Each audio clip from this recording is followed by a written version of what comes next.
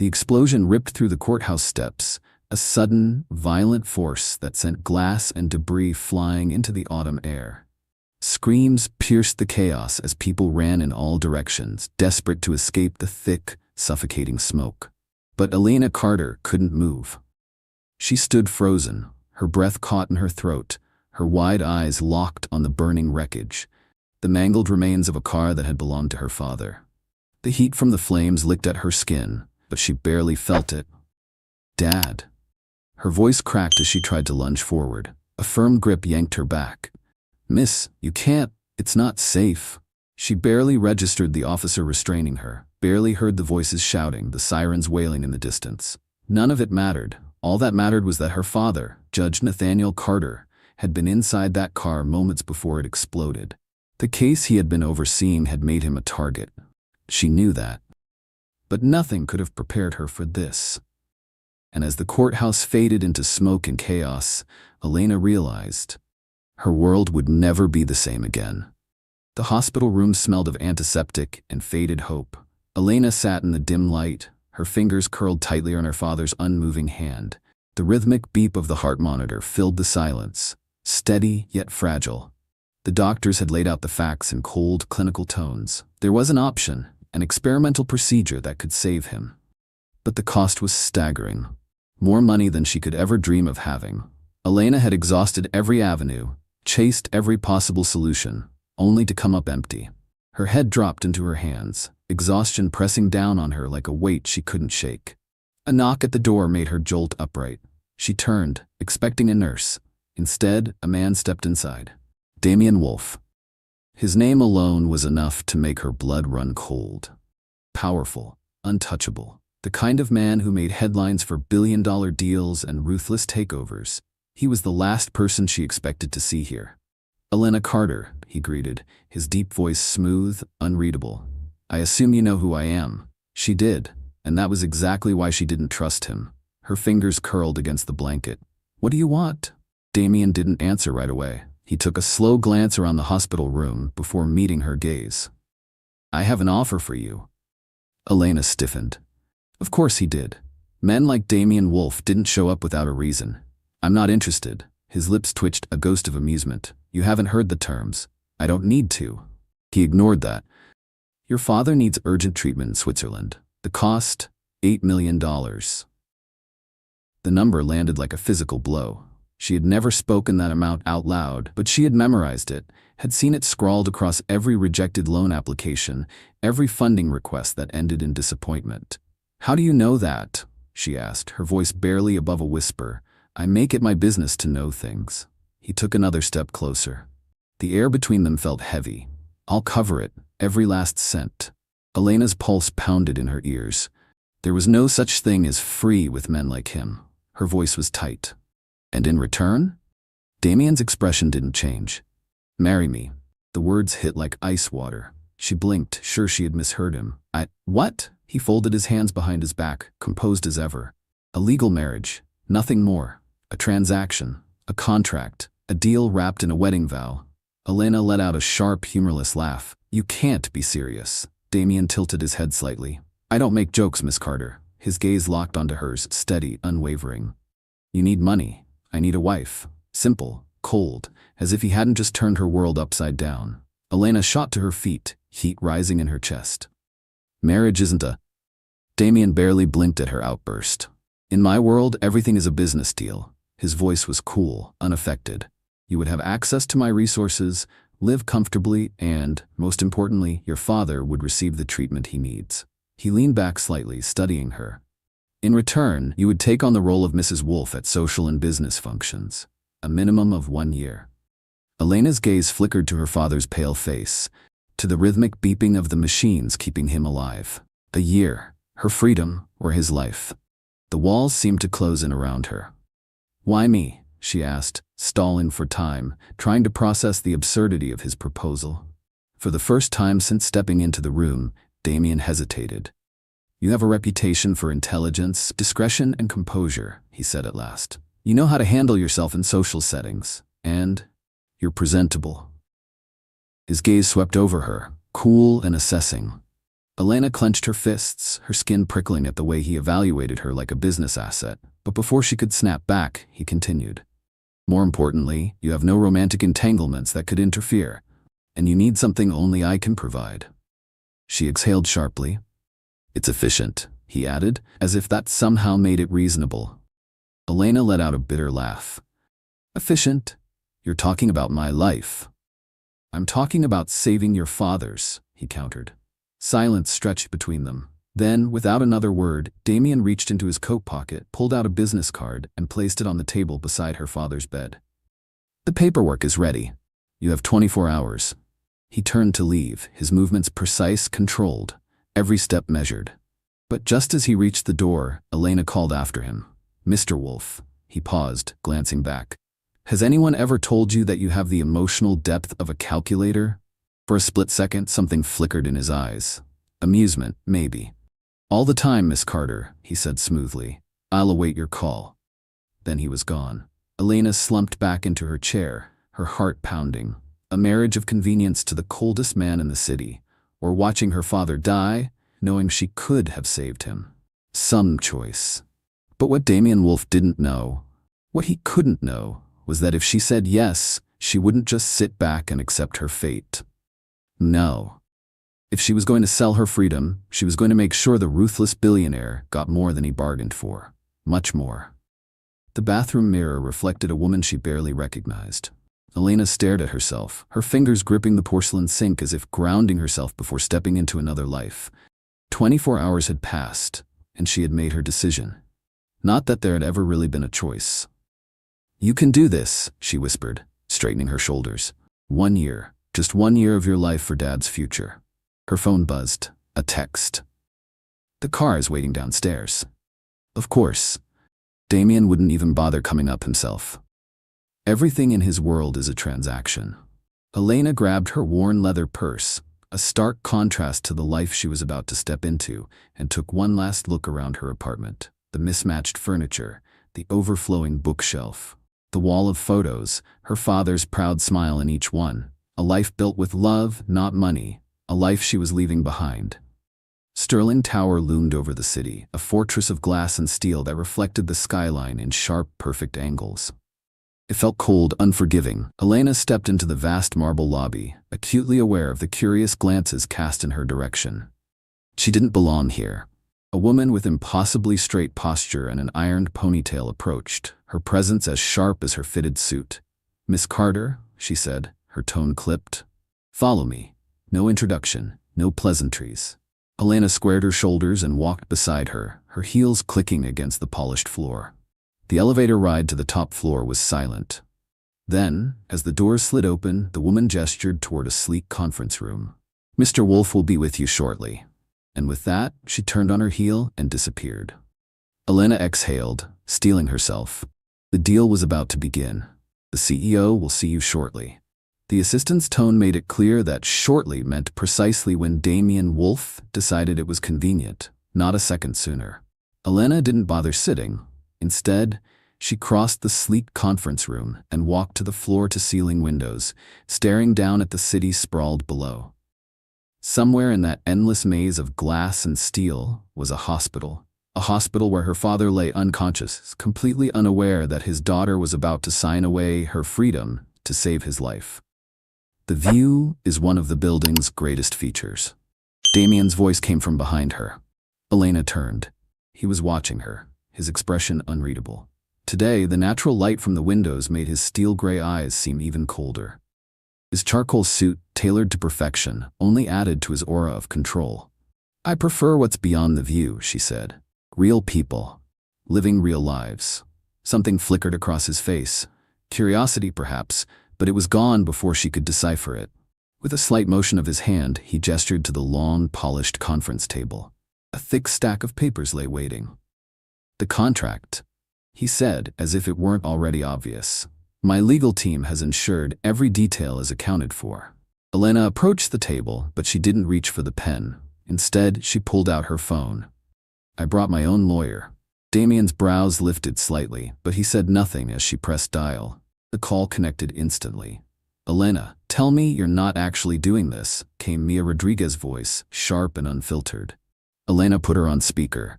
The Ice King is in the room, she said flatly. There was a brief pause. Then Mia's voice rang out, completely unfazed. Ah, Mr. Corporate Overlord, just so you know, if you mistreat my girl, I do know 17 different ways to make a death look like natural causes. I watch a lot of true crime. Elena almost smiled at Damien's reaction, just the faintest flicker of something unreadable in his otherwise impenetrable expression.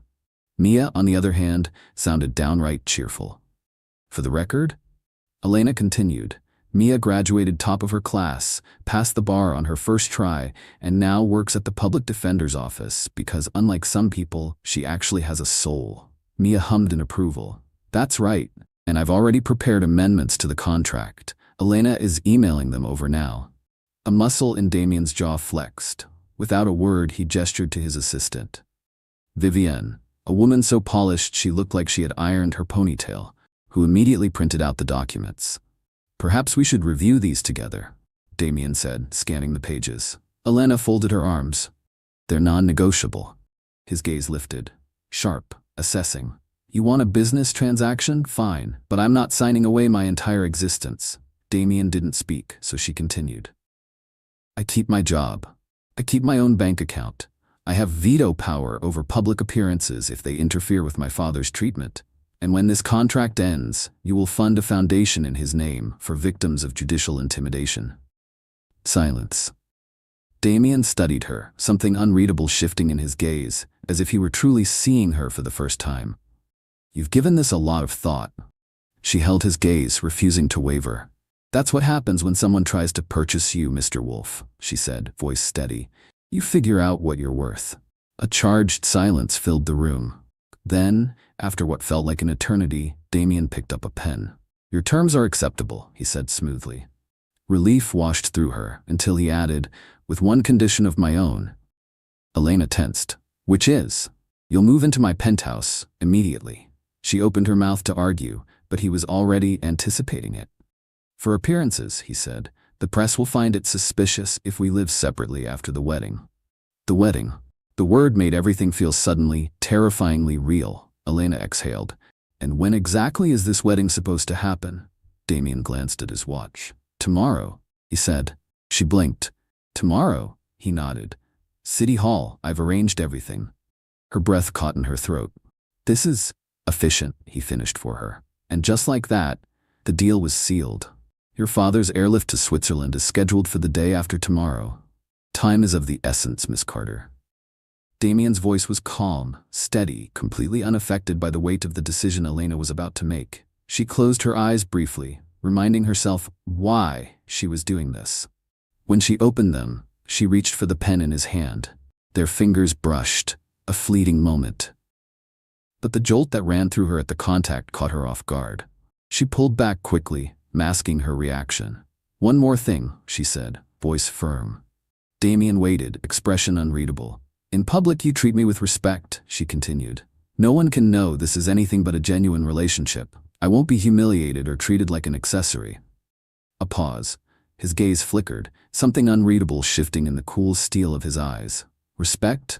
Surprise? Maybe both. Agreed, he said simply. Elena exhaled. Then, with steady hands, she signed her name. Each stroke of the pen sealed her fate. When she finished, she looked up to find Damien watching her. There was an intensity in his stare, calculated, observant. Congratulations, Miss Carter, he said, signing his own name beneath hers. You are now the future Mrs. Wolf. And you, she replied sweetly, though the sharpness in her tone was unmistakable, have just purchased yourself the world's most reluctant bride. For the briefest moment, something almost like amusement flickered across his face. Not quite a smile, but the closest thing she'd seen. I'll have Vivienne coordinate the moving of your belongings, he said, rising from his chair. Is there anything specific you require at the penthouse? Elena thought of her small apartment, the warmth, the familiarity. Then she imagined Damien's home, sterile, vast, and devoid of life. Just one thing, she said. He raised an eyebrow. And that is? A plant. A beat of silence. A plant? Yes, She met his gaze, unwavering. Something alive to balance out all the steel and glass I imagine you surround yourself with. Damien studied her for a moment, as if trying to decipher something. Elena reached for her purse, eager to escape the strange weight of his attention. Consider it the first of many changes coming your way, Mr. Wolf. She turned to leave, but before she reached the door, his voice stopped her. Elena. She hesitated. He had never called her by her first name before. If we're getting married tomorrow, he said, his tone smooth, perhaps you should start calling me Damien. She glanced back at him, just enough for their eyes to meet. Let's not get ahead of ourselves, she said lightly. Then, with a smirk, she added, Damien. She left him standing there, contract in hand, a flicker of something unrateable in his expression. A small victory. And in a battle of wills against Damien Wolf, she would take every small victory she could get. What she didn't know was, Damien was thinking precisely the same thing about her. I now pronounce you husband and wife. The city clerk snapped her booklet shut, looking expectantly between them. You may kiss the bride. Elena froze. That hadn't been in the contract. But before she could react, Damien stepped forward smoothly, placing a hand lightly on her waist. His movements were effortless, practiced. Then, instead of pressing his lips to hers, he dipped down and brushed them against her cheek. Close enough for anyone watching to believe it. Distant enough to remind her that this was nothing more than a transaction. His cologne, expensive, subtle, filled her senses. For appearances, he murmured, his breath warm against her skin. Elena nodded stiffly.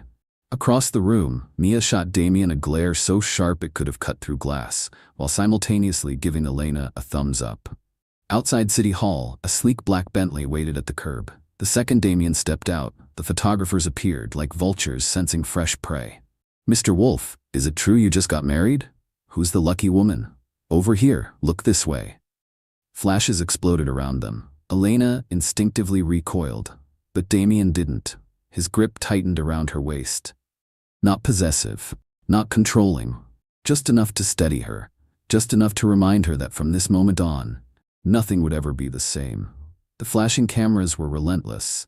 Elena kept her expression neutral, her body tense as she walked beside Damien. Then she felt it, his arm, firm yet effortless, settling around her shoulders, a guiding force, steady and controlled. Smile, he murmured, barely moving his lips. This is the most efficient way to announce our marriage. Her stomach twisted. You planned this, she accused under her breath, forcing a smile for the cameras. Of course, Damien replied, his voice as smooth as ever. He reached for the car door, opening it with the kind of practiced ease that almost felt gallant. Wolf Industries stock will rise by at least 3 points by market close once the news breaks of my settling down. Elena shot him a look. Of course you'd quantify this too. Ignoring her, Damien gestured for her to get in. She slid into the car, exhaling in relief as the tinted windows blocked out the chaos. Damien joined her in the back seat, immediately pulling out his phone. His fingers moved swiftly over the screen, precise and unbothered. A second later, he spoke. Your father's airlift is confirmed for tomorrow morning at 7 a.m. The medical team says he's stable for transport. Elena's resentment wavered for a moment, cut through by something unexpected. Gratitude. Thank you, she said quietly. Damien glanced up from his phone as if caught off guard by her sincerity. For a brief second, something flickered in his eyes. Almost human. Then just as quickly, he looked away. It's part of our agreement, he said dismissively. Still, Elena held his gaze. That doesn't change the fact that you saved his life. He shifted slightly, as if the words made him uncomfortable. The penthouse is ready for your arrival, he said, changing the subject. I had your belongings moved while we were at City Hall. Her heart sank. Strangers touching her things, packing up her life. She took a breath. Even my plant? That seemed to catch him off guard. Yes, he admitted after a pause. Then with the faintest flicker of amusement, he added, though I can't guarantee it will survive. It looked unwell. Elena crossed her arms. Mr. Pickles just needs some attention. Damien blinked. You named your plant Mr. Pickles? Don't judge me, Alex. She shot back, a teasing lilt in her voice. We've been married less than an hour. His expression barely changed, but the corner of his mouth twitched. Damien, he corrected. Definitely Alex, she countered, feeling a strange sense of satisfaction when she saw the faint furrow between his brows. If she had to endure this arrangement, she might as well entertain herself by chipping away at his perfectly controlled facade. The penthouse occupied the entire top floor of a high-rise in the city's most exclusive neighborhood. Elena barely breathed as the private elevator ascended. Her stomach knotted. She was about to see firsthand how the other half, no, the other 0.001 cent, lived. The elevator doors slid open, revealing a space that was both exactly what she had expected, and somehow not. The architecture was cold, precise, monochrome design, sleek lines, floor-to-ceiling windows that framed the city skyline. But there were details that surprised her. Rare art pieces, hand-picked rather than purchased thoughtlessly, and most unexpectedly, books, shelves upon shelves of them, lining an entire wall. She stepped forward instinctively, fingers brushing the leather-bound spines. "You read?" she blurted before she could stop herself. The words echoed, sounding almost accusatory. Damien raised an eyebrow. "Did you assume I process information solely through spreadsheets and financial reports?" Elena hesitated. The thought had crossed my mind. He studied her for a moment, then walked past her, running a hand lightly along the bookshelves. "Some are first editions," he said. "My grandfather started the collection. Reading was the one indulgence he permitted himself." It was the first real piece of personal information he had given her. She tucked it away. "Where's my room?" she asked, clearing her throat. "The East Wing," Damien replied. "I had the master guest suite prepared." Elena exhaled, relieved, so they wouldn't be sharing a bedroom. Not that she had truly expected it, but still, boundaries mattered. "I'll show you," Damien said, unexpectedly. And then, without waiting for her response, he led the way.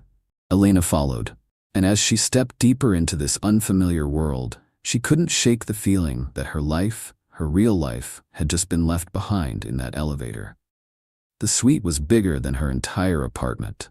Elena stood in the doorway, staring at the massive space, a sitting area with plush furniture, a bathroom so large it had a soaking tub big enough to fit half a party, and in the center of the bedroom, an impossibly soft king-sized bed that looked completely untouched. Her modest belongings had been unpacked and arranged with military precision. And there, sitting dejectedly on the windowsill, was Mr. Pickles, her struggling pothouse plant, looking as out of place as she felt. Elena turned toward the walk-in closet, her eyes widening. "Your assistant even color-coded my wardrobe," she muttered, taking in the perfectly arranged rows of clothing. "That would be the house staff," Damien corrected from behind her. "You'll meet them tomorrow. I gave them the rest of the day off to allow you time to adjust." Adjust. As if she could possibly adjust to this. 24 hours ago she had been in her father's hospital room. Now she was married to Damien Wolfe, living in a penthouse that probably cost more than she would earn in several lifetimes. Her chest tightened. "This is insane," she whispered, more to herself than to him. Damien watched her carefully. His expression softened, almost imperceptibly. "Would you like some time alone?" Elena swallowed and nodded. "Please. I'll be in my office if you need anything. Dinner is at 7. And with that, he turned and left, closing the door quietly behind him. The moment he was gone, Elena let out a breath she hadn't realized she was holding. She sat down on the edge of the bed and reached for her phone, fingers moving instinctively as she texted Mia. "Elena, I'm officially Mrs. Billionaire Robot. Send help." Mia's response was immediate. "How's the sex?" Elena nearly choked. It's not that kind of arrangement." "Bill. All that money and no orgasms? Worst deal ever." Despite everything, Elena laughed. Then she immediately covered her mouth, worried the sound might carry in the cavernous apartment. Her gaze drifted to the window, the city stretching endlessly below. Somewhere out there, the hospital still stood. And tomorrow, her father would be on his way to the treatment that could save his life. Worth it, she reminded herself. All of this, the strangeness, the surreal weight of it, was worth it. A knock on the door pulled her from her thoughts. "Yes?" Damien's voice came through the door. "I forgot to mention, there's a dress in the closet for tonight. We have dinner reservations at Elysium at 8. The press will likely be there." Of course. The official unveiling of Mrs. Wolfe. Elena pulled the door open. Damien stood there, jacket off, shirt sleeves rolled up to his elbows. The look, almost relaxed, was so unlike him that for a second she was caught off guard. She crossed her arms. "I don't remember a dinner debut being on today's schedule." "It's necessary," he said simply. "The sooner our marriage becomes public knowledge, the better. For all involved parties," she mused. "And the stock price," he added, not even pretending otherwise. She let out a breath. "Of course. Be ready by 7:30, he instructed. "The dress is Valentino." As he turned to leave, Elena called after him. "And what if I don't like the dress?" Damien paused. Then, with the faintest flicker of amusement, he looked back at her. "Then by all means, wear something else. Contrary to what you might believe, Elena, I'm not actually interested in controlling every aspect of your existence." She narrowed her eyes. "Just the important ones?" His lips barely curved. "Precisely." And then he disappeared down the hallway. Elena closed the door, exhaling slowly. Then curiosity got the best of her. She crossed the room, unzipping the garment bag. Inside was an elegant black dress, subtle yet stunning, with just the faintest shimmer to the fabric. It was tasteful, understated, beautiful. And she checked the tag, exactly her size. Her stomach tightened. "How did he know?" she muttered. Then she sighed. Of course, Damien Wolf knew everything. Laying the dress across the bed, she walked into the bathroom and turned on the faucet, watching as steaming water filled the massive tub. If she was about to be paraded around as Mrs. Wolf, she might as well do it looking the part. If she was going to play the part, she might as well enjoy some of the perks. An hour later, Elena was submerged in warm, fragrant bubbles, a glass of wine in hand, the kind that probably cost more than her entire weekly grocery budget. She had found the bottle in a small, built-in bar tucked into the corner of her suite. Of course, Damien Wolf would have a fully stocked bar in every room. She took a slow sip, letting herself breathe for the first time all day. And yet, even surrounded by luxury, her mind kept circling back to the same unsettling thought. Damien Wolf was not exactly what she had expected. Cold? Yes. Calculating? Definitely.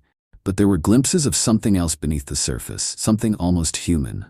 And that, Elena realized with a flicker of unease, was far more dangerous than dealing with the emotionless machine she had prepared for. "Mrs. Wolf, how did you and Damien meet?"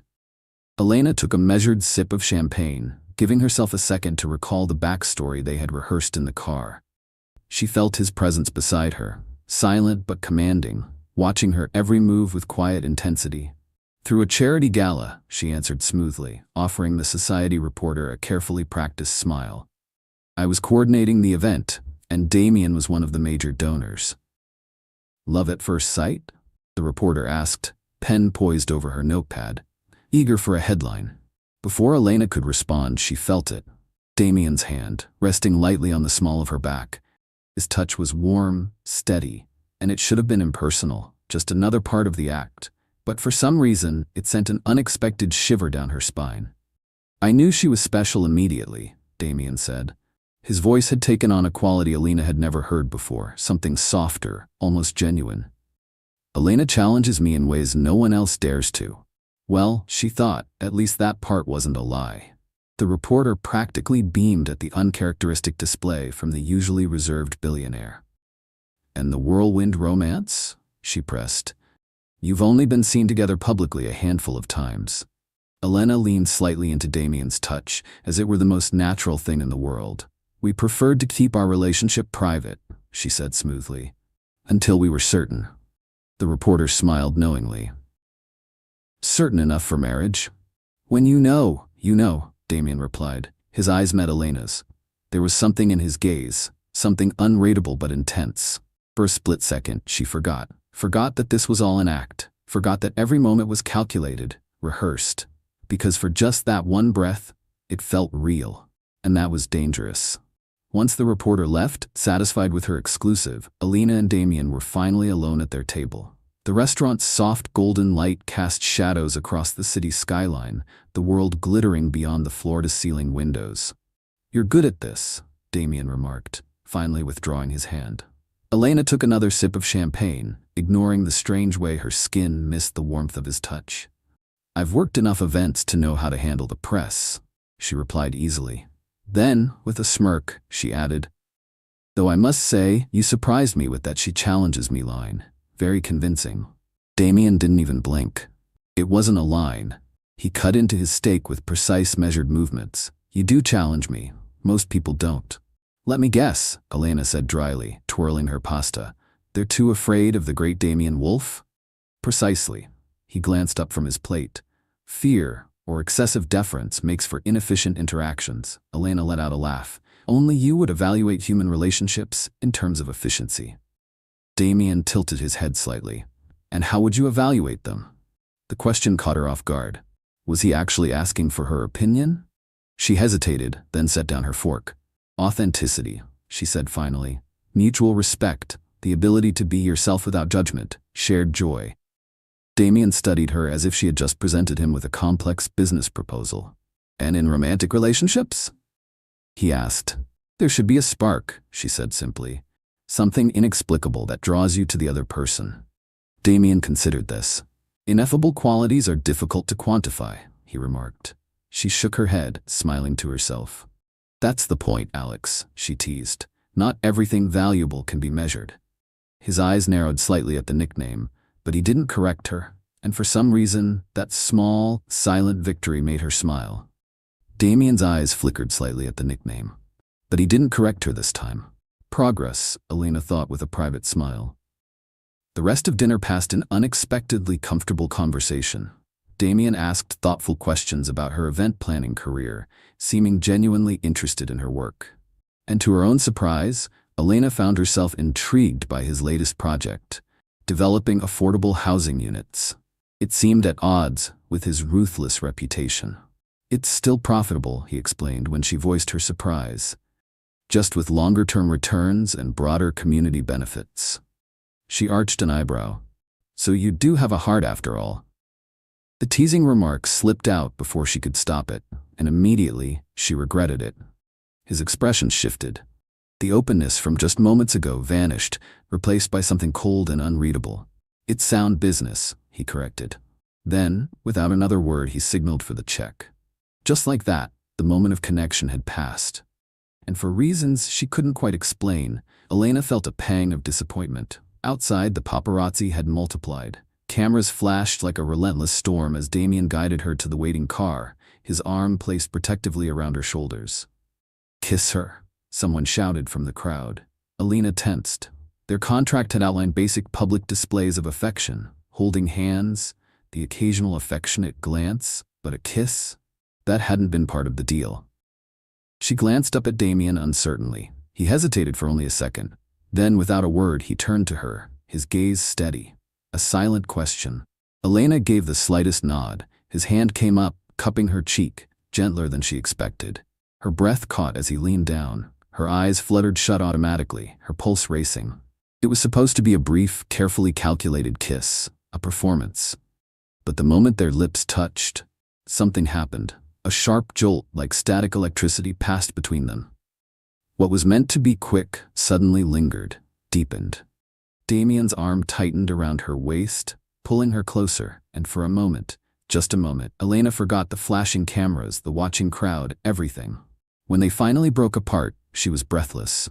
Her mind spun. Damien looked equally stunned. For the first time since meeting him, his composure had cracked. His eyes, darker now, sharper, searched hers as if trying to understand what had just happened. The cameras went wild, capturing every second of a moment that had started as an act and had somehow become something else entirely. Damien was the first to recover. Without a word, he smoothly opened the car door for her. Elena slipped inside, her skin still tingling. Once the doors closed and they were finally alone, an awkward silence stretched between them. That was, she began, then faltered. Damien adjusted his tie, though it was already perfect. Convincing, he said, his voice a fraction rougher than usual. The press will have no doubts now. Right? Elena agreed quickly. That's what matters. Damien cleared his throat, shifting in his seat. Tomorrow morning, I'll accompany you to the hospital for your father's transfer. The jet will be ready at 7 a.m. The abrupt change of subject was almost comical, but Elena was grateful for it. The last thing she needed was to analyze why her fake husband's kiss had affected her so deeply. Thank you, she said simply. The rest of the drive passed in silence. Each of them staring out their respective windows, careful not to acknowledge the tension now humming between them. A knock on the bedroom door pulled Elena from sleep. "Elena, are you awake?" Damien's voice. She glanced at the clock, 5:30 a.m. Suppressing a groan, she threw on a robe before opening the door. Damien stood there, already dressed. Not in his usual suit, that was a surprise. Instead, he wore a fitted sweater and slacks, still effortlessly put together, but different, more casual, less CEO, more human. In his hand was a steaming mug. "Coffee," he explained, offering it to her. "Black, 1 sugar, correct?" Elena blinked, surprised. She hadn't expected him to remember something so small. "Yes," she said, taking the mug. "Thank you." "We leave in 30 minutes, he reminded her. Then, without waiting for a response, he turned and disappeared down the hall. Elena closed the door and leaned against it, fingers tightening around the warm ceramic. For the first time since stepping into this marriage, she had no idea what she had gotten herself into. "The medical team is already at the hospital, preparing your father for transport." Damien's voice was steady, his tone as composed as ever. Elena nodded, taking a sip of the coffee he had brought her earlier. It was perfectly made, strong, smooth, 1 sugar, just the way she liked it. "I'll be ready," she said. True to his word, Damien had arranged everything seamlessly. By the time they arrived at the hospital, the medical staff was already transferring her father into the specialized transport vehicle that would take him to the private airfield. Elena stayed close, never letting go of his hand. She whispered reassurances, though she wasn't sure if he could hear her. One of the specialists approached, his voice calm yet firm.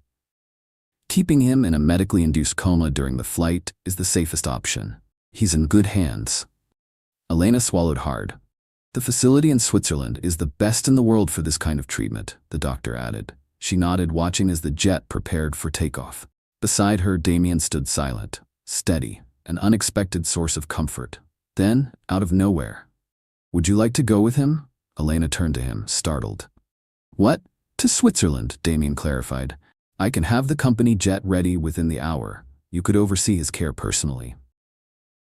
The offer caught her off guard. It was tempting, but she shook her head. "The doctor said it'll be weeks before he's conscious again, and I need to keep working. Not just for appearance's sake. My job matters to me."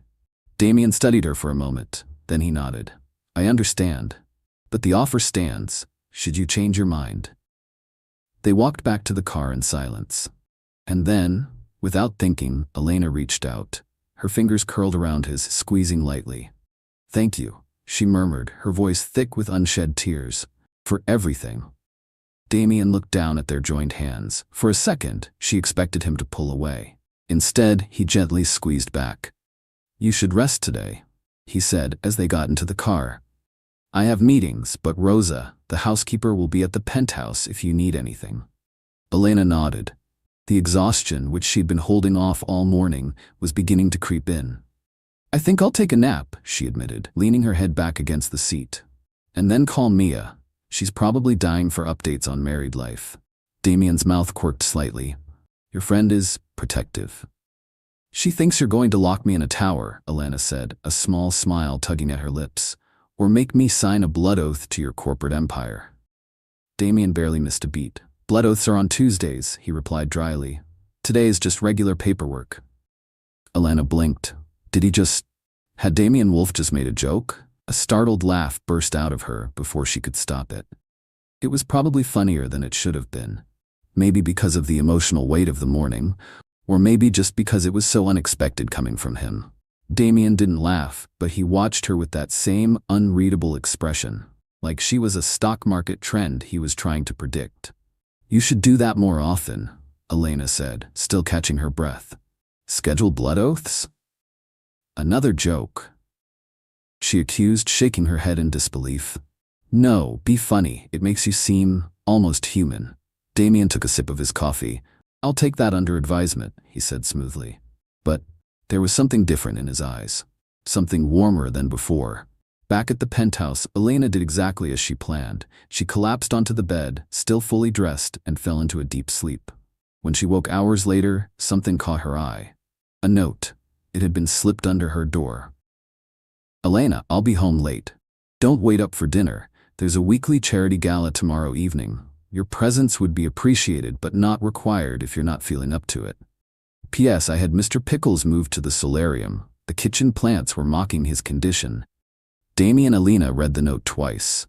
And then, despite herself, she smiled. Because Damien Wolf, billionaire, businessman, and emotionally distant CEO, had just relocated her plant. Not only had Damien remembered her plant's ridiculous name, but he had apparently considered its well-being. Elena wasn't sure what was more surprising, the fact that he'd noticed, or the fact that he cared enough to do something about it. Maybe, just maybe, this arranged marriage wouldn't be quite as cold as she had feared. 3 weeks in, Elena found herself slipping into a routine that would have been unimaginable just a month ago. She continued working at the event planning company, despite Damien's earlier suggestion that she resign. "My career isn't optional, Alex," she had said firmly. And to his credit, he hadn't argued. In the evenings, they often shared dinner. What started as stiff, transactional conversations had begun to soften into something easier. They talked about their days, their projects, their thoughts. Nothing deeply personal, not yet. But the silences weren't as sharp as before. On the surface, they maintained the contractually perfect marriage. But beneath the surface, something was shifting. Tonight was the Wolf Industries annual gala, the biggest social event of the year, and Elena's first official appearance as hostess. As the wife of Damien Wolf, she was expected to shine. She had been preparing for days, memorizing names and company histories from the briefing notes he had provided.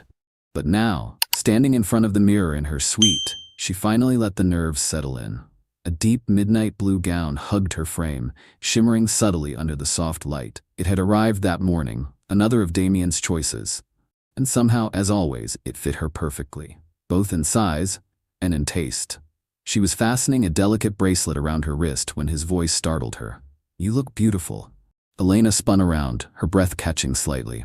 Damien stood in the doorway, his gaze steady. For once, there was no cool calculation in his expression, only quiet observation.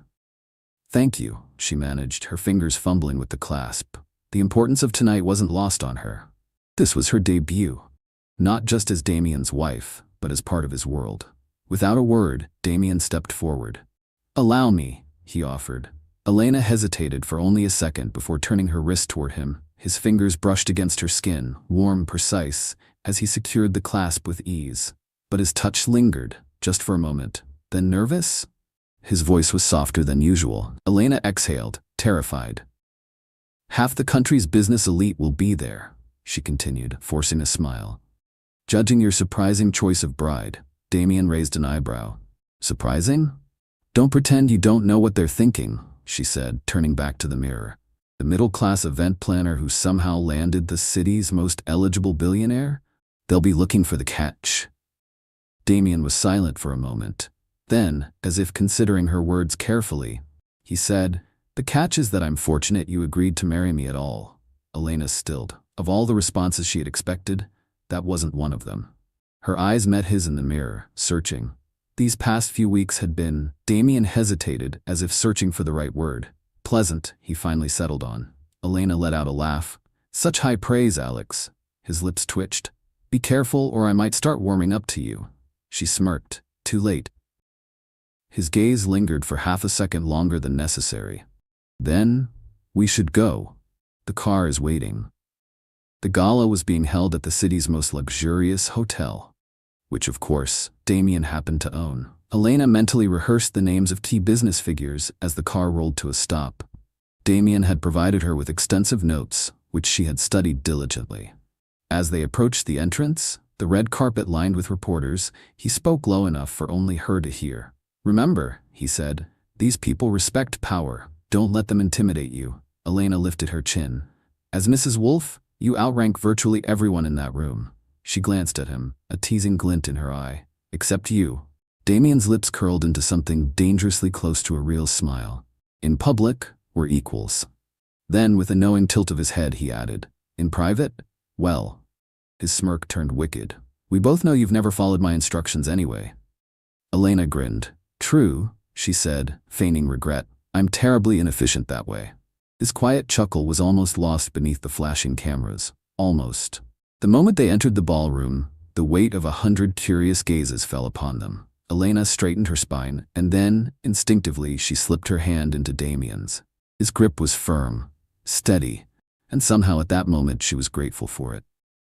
Mr. Wolf, Mrs. Wolf, a photographer, approached. Could we get a picture? Elena turned toward the camera, preparing to smile. But then, she felt it. Damien's fingers brushing ever so slightly over hers, just enough to make her wonder. Was it part of the act, or something else entirely? Mr. Wolf, Mrs. Wolf, could we get a photo for the society page?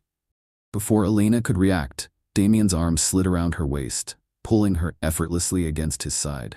They smiled for the camera, the perfect image of wedded bliss. When the photographer moved on, Elena murmured, "Convincing."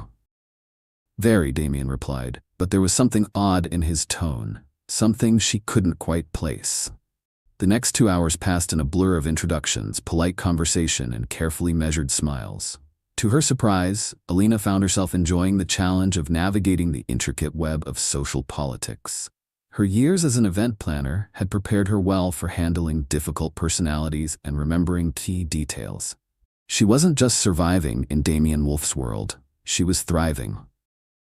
"Damien never told us his bride was so charming," remarked Elise Harrington, the wife of one of his board members and a notorious social gatekeeper. "Damien prefers to understate things," Elena replied smoothly. She sipped her champagne before adding, "It's why his quarterly projections are always so conservative." Elise's eyes widened slightly before she let out a delighted laugh. "I like her," she declared to Damien, who had materialized at Elena's side. "She's not at all what I expected." Damien's hand found the small of Elena's back, a touch that had become increasingly familiar throughout the night. "She exceeds expectations in every way," he said simply. Elena felt the heat of his palm through the fabric of her dress, and for reasons she refused to examine, her heart skipped a beat. As the evening progressed, whispers trailed behind them. They seemed genuinely happy. "I've never seen Wolf so attentive to anyone. Did you see how he looks at her?" The irony wasn't lost on Elena. Their pretend marriage appeared more convincing than many of the real ones in the room. Then, as the orchestra struck the first notes of a waltz, Damien surprised her. He extended his hand. "Shall we?" Elena hesitated for only a second before slipping her fingers into his. "I didn't know you danced." "There are many things you don't know about me," he murmured, leading her onto the dance floor. Damien turned out to be an exceptional dancer, guiding her with the same confidence and precision he brought to everything. But Elena wasn't easily outmatched. She had learned ballroom dancing years ago for corporate events, and tonight she met him step for step. "Another hidden talent, Mrs. Wolf?" Damien murmured, drawing her just a fraction closer than necessary. Elena tilted her chin up, meeting his gaze. "I'm full of surprises." A small smirk played at the corner of his lips. And yet, as they moved in perfect synchrony, something shifted. Forgetting the crowd, forgetting the cameras, forgetting that this was all a performance. Her head fit just beneath his chin, and for the first time, Elena allowed herself to relax into his hold. Then Damien's hand spread wider across her back. The heat of his touch burned through the delicate fabric of her gown. Her breath caught. "Damien," she whispered, but she didn't even know what she had intended to say. His usual control wavered. His eyes, intense and unreadable, locked onto hers, as if trying to figure her out. For a brief moment, the rest of the world faded away. Then, a sudden crash, the sound of shattering glass, raised voices near the entrance. Damien tensed immediately. His entire demeanor shifted from calculated charm to sharp, immediate control. Elena felt it instantly. Something was wrong. "What is it?" she asked, feeling the change in his posture. "Security issue," he muttered. Then, without another word, he started toward the commotion. Elena grabbed his hand before he could pull away. "Wait," she said, voice low. "We're supposed to be inseparable newlyweds, remember?" Damien looked like he wanted to argue, but instead he gave a curt nod, keeping her slightly behind him as they approached the entrance. A man in a disheveled suit was shouting at the security guards, his voice rough with anger. "I have a right to be here." One of the guards blocked his path. "Sir, you need to step outside. This company destroyed my life." Elena felt Damien go completely rigid beside her. She glanced up at him, but his expression was unreadable. Then, a single name escaped his lips, so low she barely heard it. James Porter. Elena's stomach tightened. She had seen that name in the research Damien had given her. "Who is he?" she murmured. Damien's jaw clenched. "Former VP of Operations." His eyes never left the man. "I had to let him go. Fired last year for ethical violations."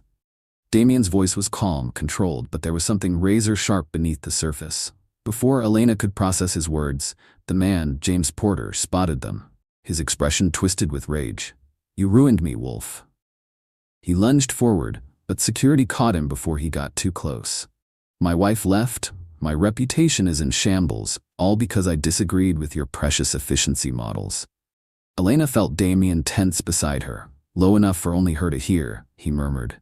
Porter was embezzling funds. He also cut safety protocols to boost his performance numbers, endangering his own workers in the process.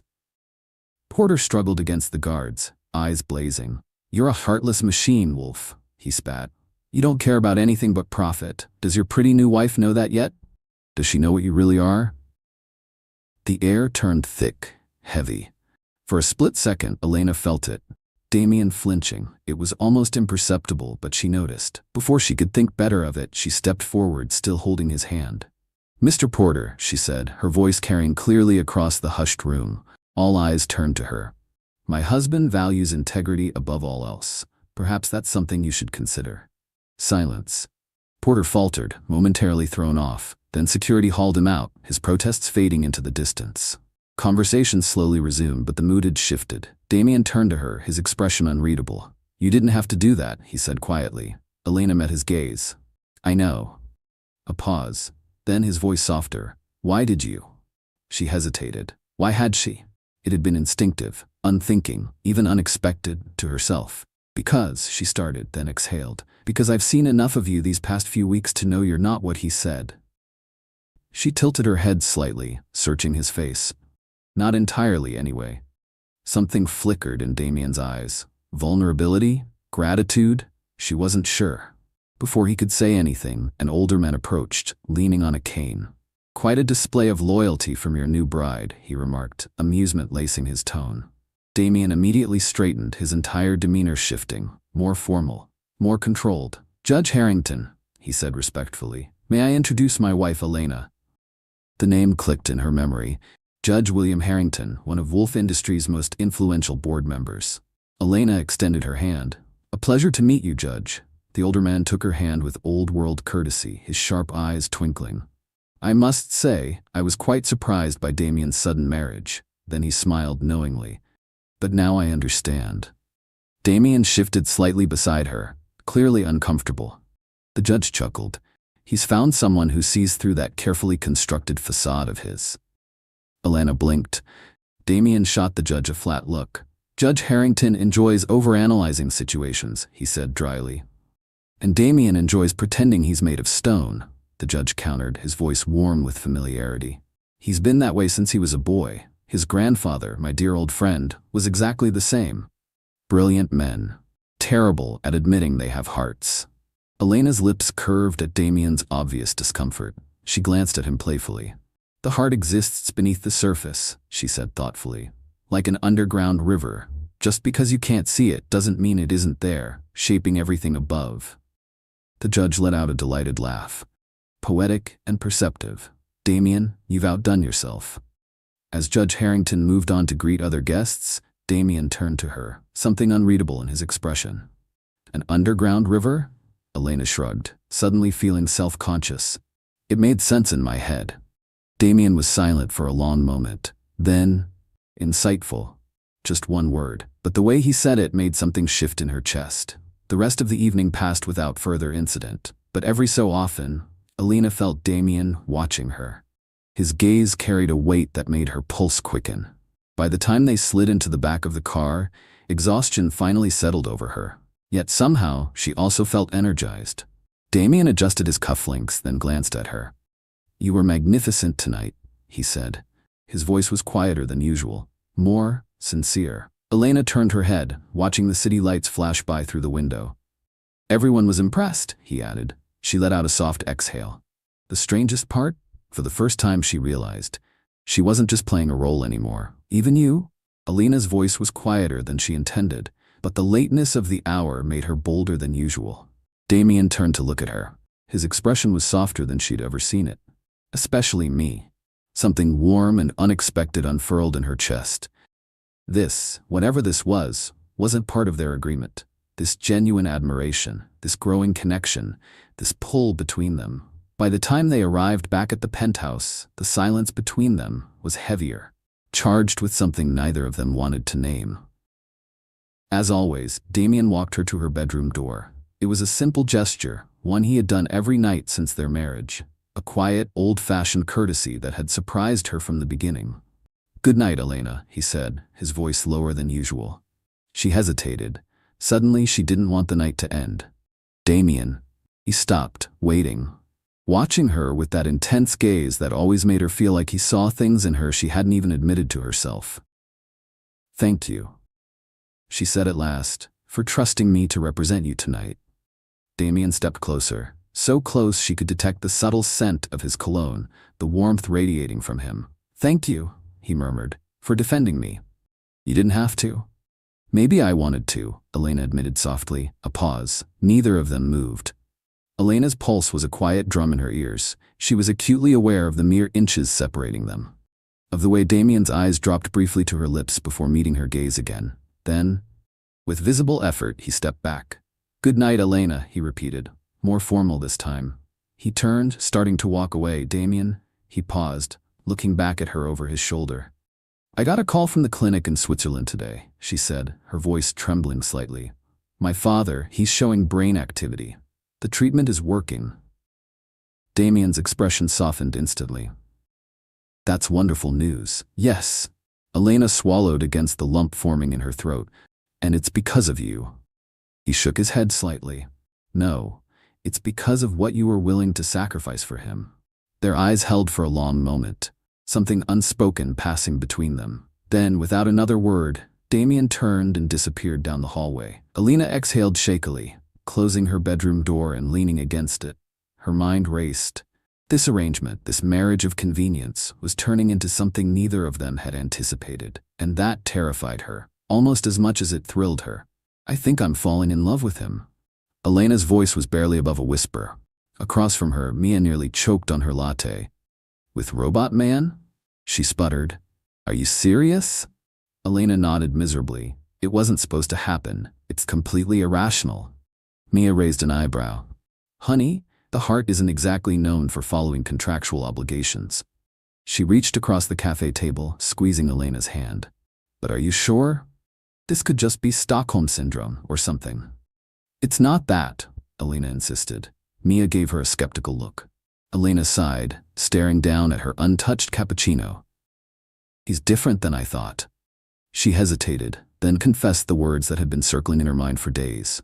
"There's so much more to him beneath the surface. He's brilliant, of course, but also thoughtful in ways no one would expect." Mia still didn't look convinced. Elena pressed on. "Last week, he rescheduled a board meeting because it conflicted with my video call with my father's doctors. Her father had woken up 2 weeks ago. Recovery would be slow, but the prognosis was excellent. And Damien had ensured she could speak with the medical team regularly, had even arranged a secure video connection to her father's hospital room." Mia leaned back in her chair. "That's basic decency, not love material." Elena frowned. "Then, what about the fact that he has Mr. Pickles moved into the sunlight every morning?" Mia blinked. "Or that he remembers how I take my coffee, and sometimes, without saying anything, brings it to me in bed. Or that he listens when I talk. Really listens, even when it has nothing to do with business." Mia's skeptical expression softened slightly.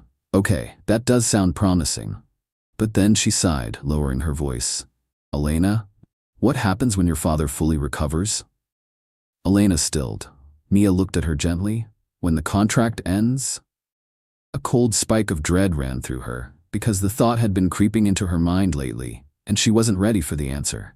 A cold dread settled in Elena's chest. She had been trying not to think about it. Not to think about how this chapter of her life, unexpected, confusing, exhilarating, was destined to end. "I don't know," she admitted quietly. "He's never given any indication that he wants more than what we agreed to." Mia gave her a pointed look. "Have you?" Elena shook her head. How could I? What if I'm just convenient? What if he's just being kind because we're stuck in this situation together? There's only one way to find out, Mia said matter-of-factly. You have to tell him. The very thought made Elena's stomach twist. And risk making the next 6 months unbearably awkward if he doesn't feel the same? She shook her head. No, thank you. So you'll just suffer in silence? Mia challenged. That doesn't sound like the Elena Carter I know. Before she could respond, her phone buzzed with an incoming text. From Damien. Need to cancel dinner tonight. Emergency board meeting. Don't wait up. Elena frowned. The message was short, abrupt, unlike him. Problem? Mia asked, noting her expression. Damien canceled dinner, Elena said, trying to keep her voice neutral. She didn't want to admit, even to herself, how much she had been looking forward to it.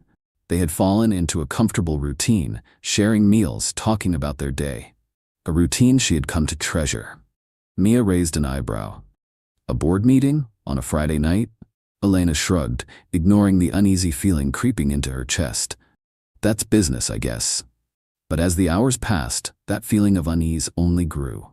When Elena returned to the penthouse that evening, the silence felt wrong, too empty, too final. Mrs. Wolfe, Rosa the housekeeper, greeted her warmly.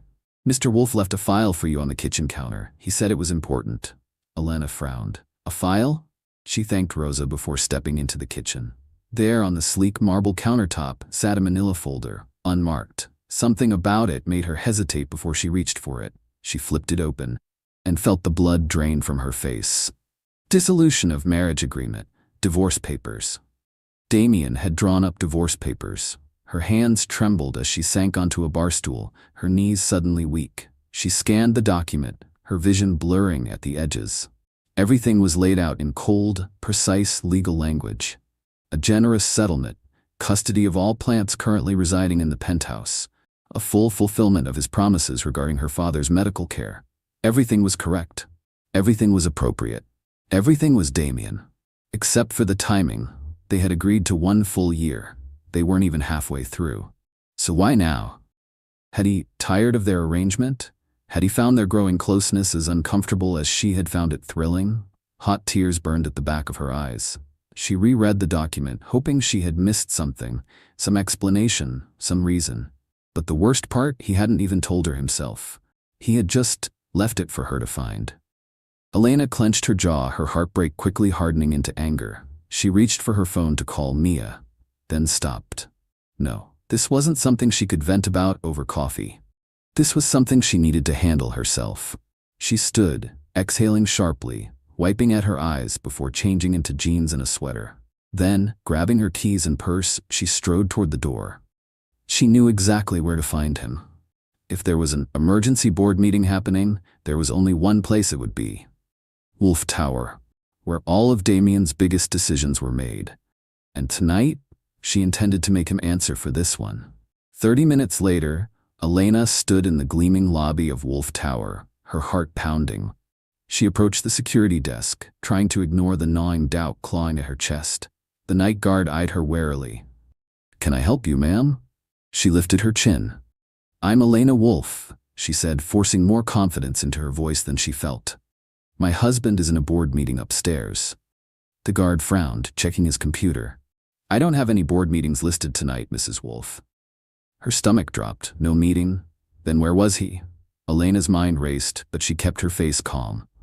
"Call his executive assistant, Vivienne," she said smoothly. "She'll confirm I should be allowed up." The guard hesitated before picking up the phone. Elena crossed her arms, ignoring the creeping suspicion curling in her gut. Seconds later, the guard nodded.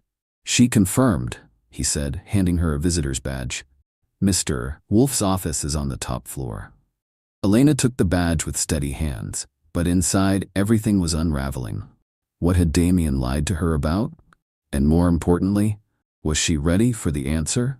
The elevator ride to the executive floor gave Elena a few precious moments to collect her thoughts, to temper her hurt with reason. There had to be an explanation. Damien wasn't cruel. She knew that now, even if she had once thought otherwise. But this was something else entirely. When the elevator doors slid open, she stepped into the dimly lit hallway. Most of the floor was dark, the security lighting casting long shadows. Only one office was illuminated, Damien's. Light spilled from beneath his door. Elena hesitated. Then, setting her jaw, she knocked firmly. A pause. Then, "Come in." His voice sounded tired. She pushed open the door. Damien was sitting behind his desk, jacket off, sleeves rolled up, hair slightly disheveled. A rare crack in his usual polished armor, and for the first time since she had met him, he looked unsettled.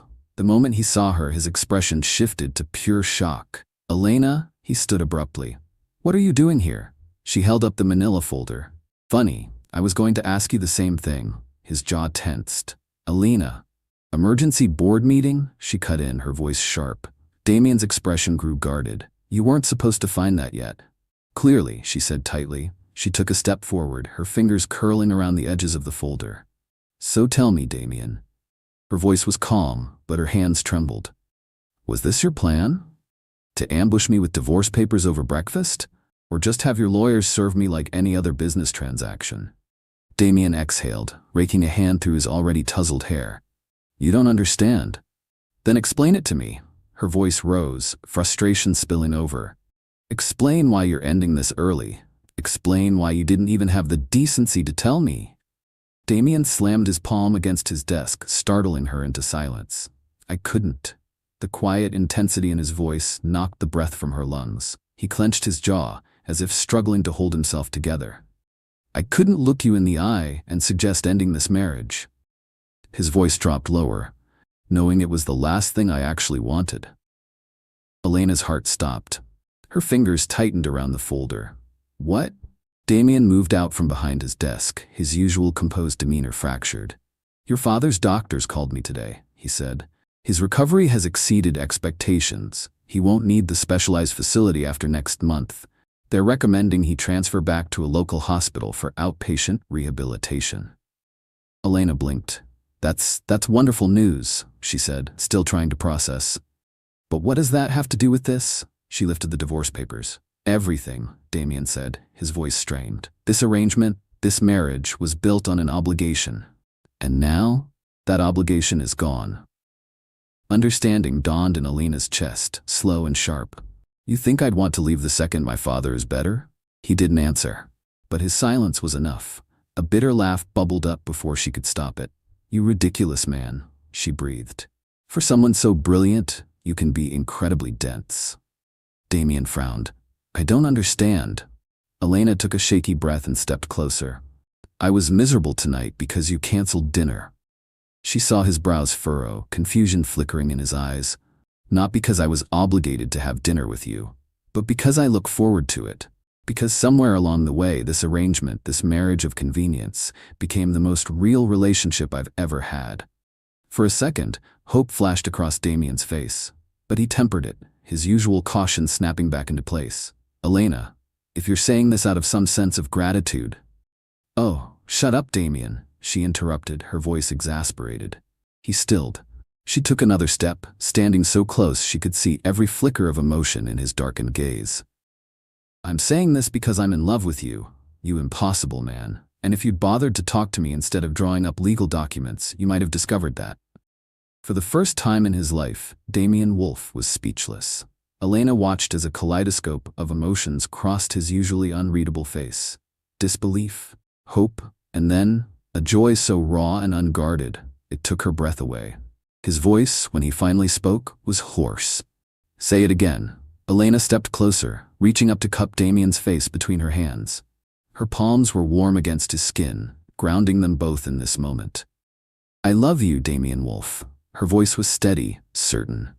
"Not your money. Not the things you've done for my father.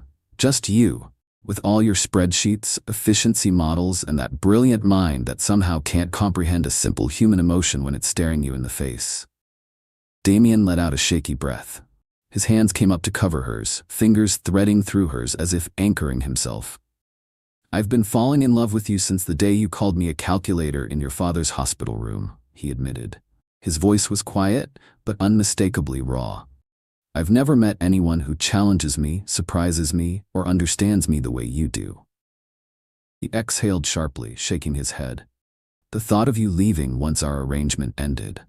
A flicker of pain crossed his face. "I couldn't bear it, so I thought I'd give you an easy way out before I got even more attached." Elena let out a breathless laugh, amusement and affection swirling together in her chest. For a strategic genius, that was a terrible plan. Damien's lips curled into a real smile, the kind that made her heart ache in the best way. Clearly, he agreed. I've been operating with incomplete data. Elena arched an eyebrow, playing along. And what data would that be? His gaze locked onto hers, serious and unwavering. That you could possibly love me too. A warmth spread through her, filling every hollow space she hadn't even realized existed. Well, she whispered, her heart swelling, now you have all the relevant information. She tilted her head slightly. What's your analysis, Mr. Wolf? Damien's answer wasn't in words. It was in the way he kissed her. Slow, deliberate, consuming. Unlike the kisses they had shared for the cameras, this one wasn't for anyone else. No contracts, no arrangements, just them. When they finally pulled apart, both breathless, Damien rested his forehead against hers. I love you, Elena. His voice was rough with emotion. No contracts, no obligations, just me, loving you, if you'll have me. Elena let her fingers trail down the collar of his shirt, her touch feather light. I'll have to think about it, she teased, her eyes sparkling with mischief. Perhaps we can negotiate terms. Damien chuckled, a deep, real laugh that she realized she had never truly heard before. What terms would you propose, Mrs. Wolf? She lifted a finger, mockingly serious. First, you never again make major decisions about our relationship without consulting me. Agreed, Damien said immediately. Second, she continued, fighting a smile, Mr. Pickles continues to receive premium window placement. He is, after all, your favorite child. Damien smirked. I wouldn't dream of relegating him to inferior lighting conditions. Elena's fingers curled into his shirt. And third, she looked up at him, voice softer now. We make this marriage real. Not for appearances, not for business, not for obligations, just for us. Damien's eyes darkened, filled with something deep and undeniable.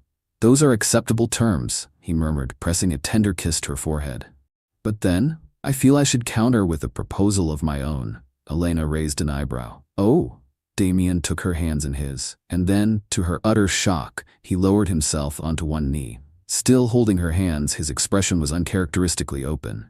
Elena Carter Wolf, he said slowly, I've never believed in fate or destiny or anything I couldn't quantify. A slow breath. Until you. Her chest tightened. Will you marry me? A pause. Then, again? She asked, laughing through the tears that had suddenly welled in her eyes. Damien's lips twitched. I'm not proposing to my wife, he corrected gently. I'm proposing to the woman I love. He squeezed her hands. The paperwork is incidental. A breathless laugh escaped her as she blinked back tears. Yes, she whispered. Her voice broke on the word. Yes, Damien Wolf. I will marry you again. This time, with no contracts. Damien stood, pulling her into his arms, kissing her with a passion that promised forever. And this time, neither of them were pretending. I still can't believe you rented out the entire botanical garden for a wedding reception. Elena leaned against Damien's shoulder, watching as her father twirled Mia around the dance floor, his recovery nearly complete. Damien barely looked up. It was efficient, he replied smoothly. Elena snorted. Efficient, my ass. It was romantic. Damien tilted his head slightly, considering. Same thing. Elena shook her head, laughing softly as she turned to face him. And when she did, he was already looking at her, like she was the only thing that mattered. You're impossible, she murmured. Damien smiled. You love me anyway. And that was the only contract she ever needed. Damien kept a perfectly straight face. One location, maximum privacy, and optimal aesthetic conditions for Mr. Pickles to serve as ring bearer. Elena laughed, tilting her face up to meet his. You just wanted to see my reaction when I walked into a greenhouse filled with orchids. Damien's lips twitched. That too, he admitted. Then, his voice softened, his eyes filled with something deeper. But mostly because I'm a businessman, Elena. His fingers traced lazy circles against her waist. I recognize a good investment when I see one. And marrying you twice is the best deal I've ever made. Around them, family and close friends celebrated their renewal of vows, a ceremony that made official what their hearts had already known for months. No press, no business advantages, just two people who had found love in the most unexpected of arrangements. Elena exhaled a happy sigh. Who would have thought? She murmured. that being forced to marry an arrogant, emotionally unavailable billionaire would turn out to be the best thing that ever happened to me? Damien's arm tightened around her waist, pulling her closer. I prefer to think of it, he said smoothly, as a strategic life partnership with unforeseen emotional dividends. Elena rolled her eyes, grinning. Romantic as ever, Mr. Wolf. He smirked, his lips brushing her ear. I save my true romanticism for private. A delicious shiver ran down her spine. And speaking of which, Mrs. Wolf, his voice dropped lower, I believe we have a honeymoon to begin. As they slipped away from their own reception, hand in hand, Elena glanced back one last time. At the people she loved, at the life she never expected to have, at the man who had gone from contracted husband to something infinitely more real.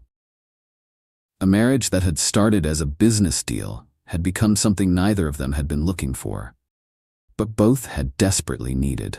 Sometimes, Elena thought as Damien pulled her into another slow, lingering kiss under the starlit sky, the coldest hearts simply needed the right person to thaw them. And sometimes, the most unexpected beginnings led to the most perfect endings. As Elena and Damien disappeared into the night, hand in hand, their journey from a contract-bound arrangement to a love neither of them had expected was finally complete. But before we close this chapter, we want to take a moment to thank you, our incredible readers, for following this story from the very beginning. Thank you for every moment you spent immersed in their world, for every emotion you felt alongside them, and for allowing this unexpected love story to unfold in your imagination. Now, we'd love to hear from you. On a scale from Sarsmar 1 to 10, how would you rate this journey of love, transformation, and second chances? Drop your rating and share your thoughts. We can't wait to hear what you think. Until next time, thank you for being part of this story.